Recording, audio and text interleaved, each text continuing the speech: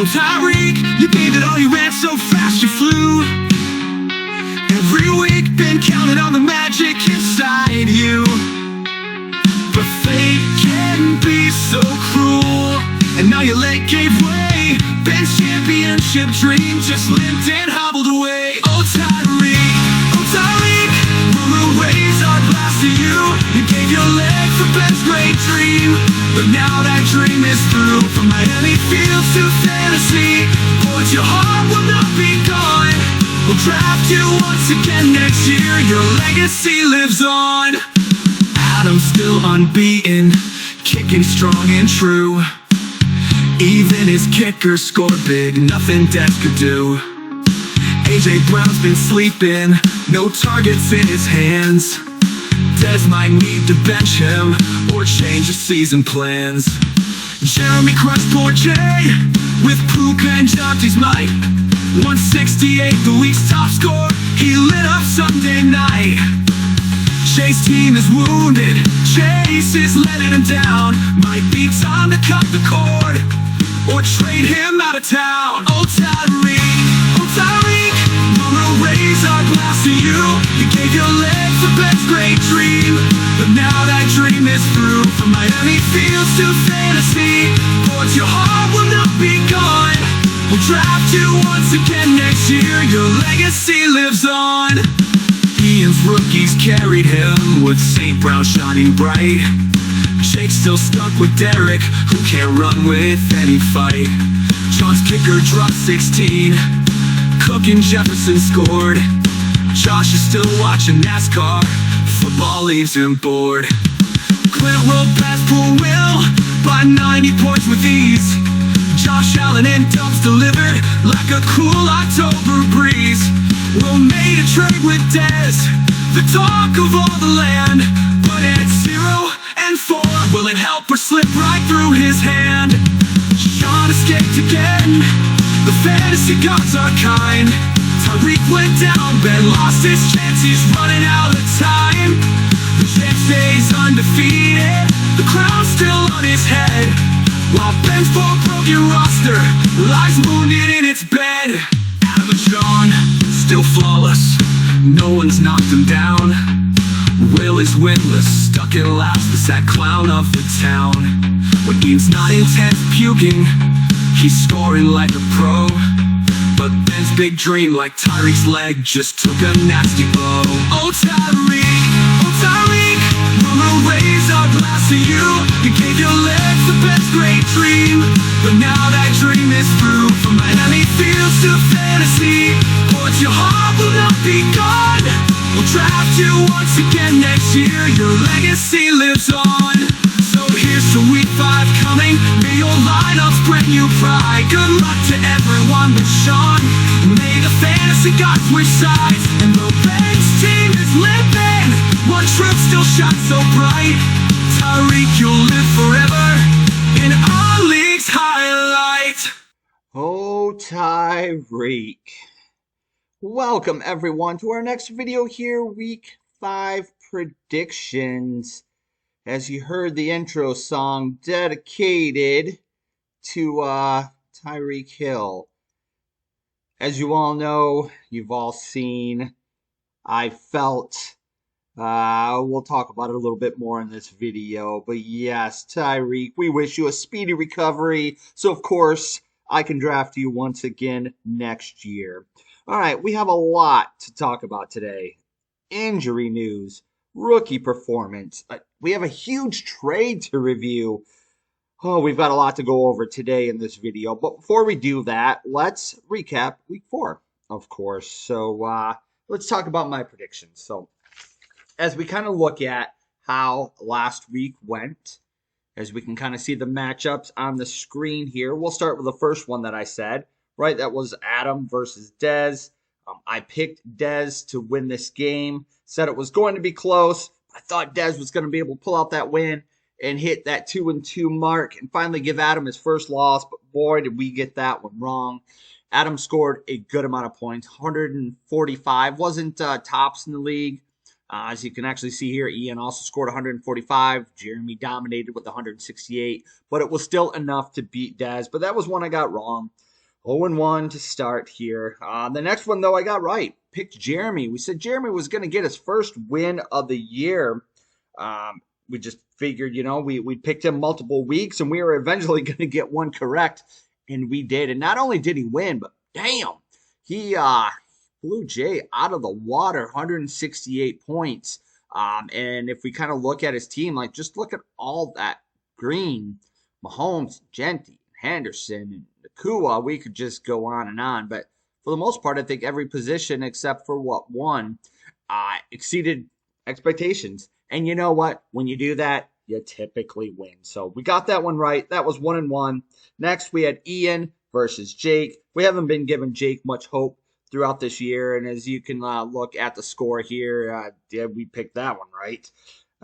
We just said Ian every other week dominates, and this was his week to dominate. Boy, it happened once again. So Ian wins and moves to 2-2. Another one we got right. So we're 2-1 so far. We're looking good. Next was Josh. John, I was on Josh's bandwagon here. So Josh can definitely put up some points. He was going to do it again. It was going to be enough to beat John, and it wasn't. I mean, he just didn't score the points this week. John scored, pretty decent score, 134.3 overall, and unfortunately, just Josh didn't come close to that. So another one, right? We got wrong, so 2-2. But one I did get right, and boy, did we get it right. We said Clint over Will. Clint destroys. Will, poor Will. It just seems like every week he's projected less and less, and scores less and less, and he only scored 87 points once again this week. I mean, hell, he would have beat Jake, at least. We can see on the screen there, only scored 83. I think that was the only team he would have beaten this week. Yep. So Clint with another huge win this week. So for my predictions, that was 3-2. And then the last one. Let's paint this picture. A lot of these matchups, right? Unless it's you're probably not too worried about all the other matchups. You're just focused on your own. But let me tell you where I was with our matchup with Sean and I. Because I'm sure Sean was in the same spot because we were messaging, throughout the night watching that Monday football game. So Tyreek needed to not only score his projections, but beat it by, I think it was like 4 points or so on. Had an awesome first half. I was, for a while there, projected to win. Came out of halftime. I think I don't know if that was the only catch, but, had a catch for 10 yards. It was another 2 points. As soon as he caught that pass, I remember super happy. Like, man, I only need four more points or so. 2 more catches for 10 yards each right there. I've got this win. I'm going to take down Sean. And then I don't see Tyreek get up. And he rolls over and holds his knee. And I just knew with that time frame that maybe my season was over, but definitely the matchup was over there. And not only was he holding his knee, you guys have probably saw the picture, but then, the cart came out and they stabilized his knee. And then once we all heard what happened, not only is he out of the game, out for the season, but, hopeful that he'll even play again and he'll be able to recover from such an injury with everything that he tore in his leg, his knee, and all around that. So, unfortunately, the injury happened before he was able to give me enough points to win. Sean, whatever you did, it worked. The fantasy gods, for some reason, love you.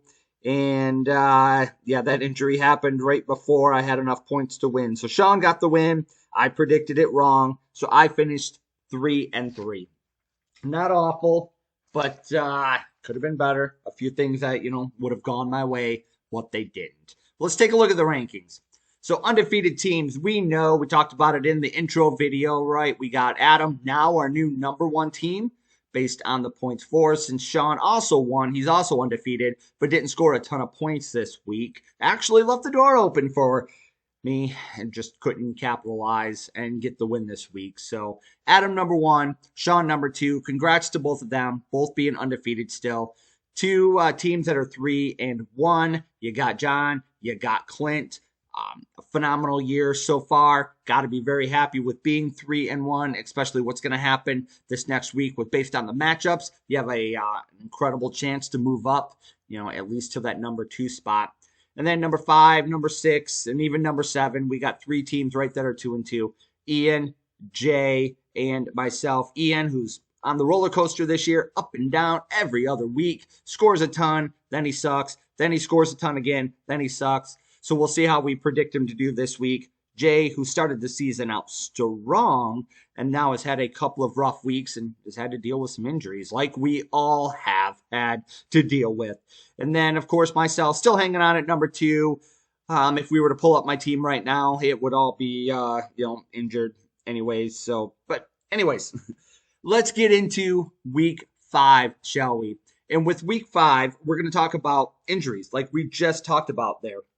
I kind of kidded, earlier on the group chat through Messenger, right? That like my whole team is questionable, and all of the San Francisco 49ers team right now is questionable or out, and just a record number of injuries, it seems like this year, which I'm sure is probably not a record number of just injuries overall, right, in the NFL, but how it affects fantasy football this year has been incredible. I mean, I've been doing this like most of you have, right? We've been playing fantasy football for so long and so many years. I cannot remember another year where injuries have just destroyed so many of our teams. And for most of us, we're still hanging on to some of those players, hopeful that they'll come back, putting them on our, IR spots, or just hoping week to week that they're going to play through it. And it's been brutal so far. It's made our waiver wire very interesting. There's been a lot of activity. I know, right before, when it actually goes live and you can actually, pick up players and you're putting in your requests and so on. Man, I've been spending hours just looking who's available and is it worth, the amount of fab dollars that I want to spend, and who else would be interested, and then who am I replacing my team? I've probably spent more time on that this year than I ever have. And I can't even say I've picked up anybody fantastic throughout all of that. It's just been trying to piece together all of the injuries that we've had so far. And I know you guys are all dealing with that too. So I just had to bring that up because I know, just looking at my team like today as I was sitting out just after work, and all the messages from Sleeper popping up that like, hey, this player is now went from healthy to questionable, or questionable to out. And there's so many going, great. My whole team is now in shambles. And just like last week, now I'm just kind of waiting until game time to decide on, like, can they actually play? So that was a little recap of injuries, how much we love dealing with them, of course. And, most of us have had to deal with that so far. But next, let's talk about rookies a little bit. And actually, we'll pull it up here and we'll take a look at their performance for last week. So let's see, we're under players, move to stats. Let's look at week 4. And then instead of free agents, let's just take a look at rookies and look at their points. The reason I bring it up is, the majority of the rookies, and granted, a lot of them were all on Jeremy's team, but they have underperformed up until, this week. And boy, did most of them shine this week, right? As Jeremy knows, and he had the league's top scorers, 168 points. Genty scored 34 points, had just a monster week. But others, Marks, 28, Hampton, the same with 28, Judkins, 22, Uka, 20, even Dart scoring 20, and scroll down, Harvey, 20, Warren, Scattaboo, just a lot of the rookies came to perform finally in week 4. And I know if you guys listen to, podcasts or the fantasy footballers or any of those that, they talk about, rookies performance, they were all warning us, right? Which, exactly what happened. Like, it takes time for them to work themselves in the system. If you could trade for them and get them low, find a team that was willing to give up on them, and so, but they were, every analysis out there was warning us to, be careful. They're going to hit. It's going to. They're a big part of their offenses. They're going to, have good weeks. It was just crazy how it all seemed to happen for almost all of the rookies that play a big part of fantasy football all in one week. And again, a good amount of those are on Jeremy's team, and that's why we picked Jeremy to win the league. We picked Jeremy to be the favorite, and he's scored the most points this week, which just shows that if his rookies actually performed like this, or like what we anticipated they would, he still could be that favorite going into the playoffs. Granted, he has to win a couple of games to get back on the good side, but still a possibility. So All right, that was rookies. One more thing before we get into the actual predictions here for week 5. I want to talk trade. And let's scroll over and let's find it here. Actually, I think it was right. Maybe it's right there. Can we pull it up? Yep, on the middle of the screen. So our first big major trade of the year between Will and Dez.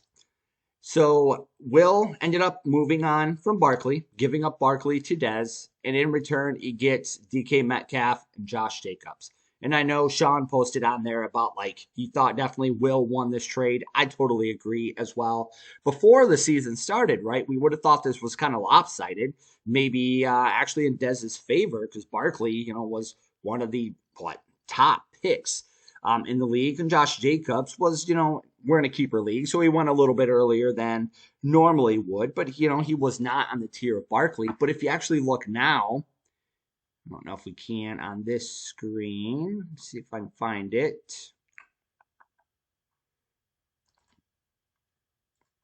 Yeah, we can't pull it up, but I've looked at it earlier prior to the video, and right now Josh Jacobs is ranked higher than Barkley, in the running back rankings. Granted, that's why, Will's moving on for Barkley because he hasn't had a great start to the team. But Josh Jacobs right now is ranked higher than Barkley based on overall points. And then DK Metcalf, fantastic year as well. I think he was ranked 17th of the wide receivers after, a really big week last week. But we know why they did it, right? Will doesn't have a win. He had to do something. I know I was in trade talks with him, but of course I could not.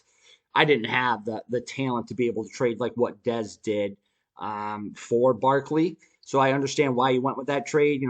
Will needed to make something happen. And Dez, for these two players, were both on bye this week. And of course, it happens on a week right where I play Dez. So thank you, Will, for now giving him a player who's not on bye and a strong running back. And we all know then, of course, what's going to happen. Barkley's going to have a career game, probably break a bunch of records. Why? Because he's playing against me. So just wanted to share that trade. One of the biggest trades that we've had in this league, the first major one that we've had, this year. Congrats to who we think, won the trade. We'll say Will as of right now. But of course, both of those players that he got are on bye weeks. And is that going to be enough? Let's say if Will takes the L this week again, he's 0-5. Is there enough time? With now a talented roster that he would have to be able to turn it around and still actually make the playoffs. Time will tell. But we'll see. So, all right, that's trades. Let's get into predictions for this week, shall we? So let's see. All right, week 5. All right, so number 1, we're going to start with Sean versus Adam. Could it play out any better? We have number 1 versus number 2. Our two undefeated teams playing against each other. And as you can see by the projections, it's expected to be very close. And I expect it to be very close as well. So I would love for this game to be extremely stressful. And hopefully they have to deal with injuries and all that fun stuff that all the rest of us have had to deal with. But if we look at who we're going to pick to win, scroll down right now, right? It's Wednesday when we're doing this video. There's a lot of questions that are on here that hopefully will change by the time the actual games start, on Sunday or Thursday or whenever they play. But just scrolling through and looking at the players, looking at the matchups, and the fact that it's Sean, I'm going to pick Adam to win this week. I think Adam pulls out the win. They won't score a ton of points. I think they're going to score pretty close to projections. I could see the winning team being in the 130s, but I'm giving the win this week to Adam to stay undefeated and to give Sean his first, should be his second, loss of the year. Next, we've got Ian versus Jeremy. I think Jeremy continues on his hot streak. And Ian, right, he's the roller coaster team. Good week, bad week. Good week, bad week.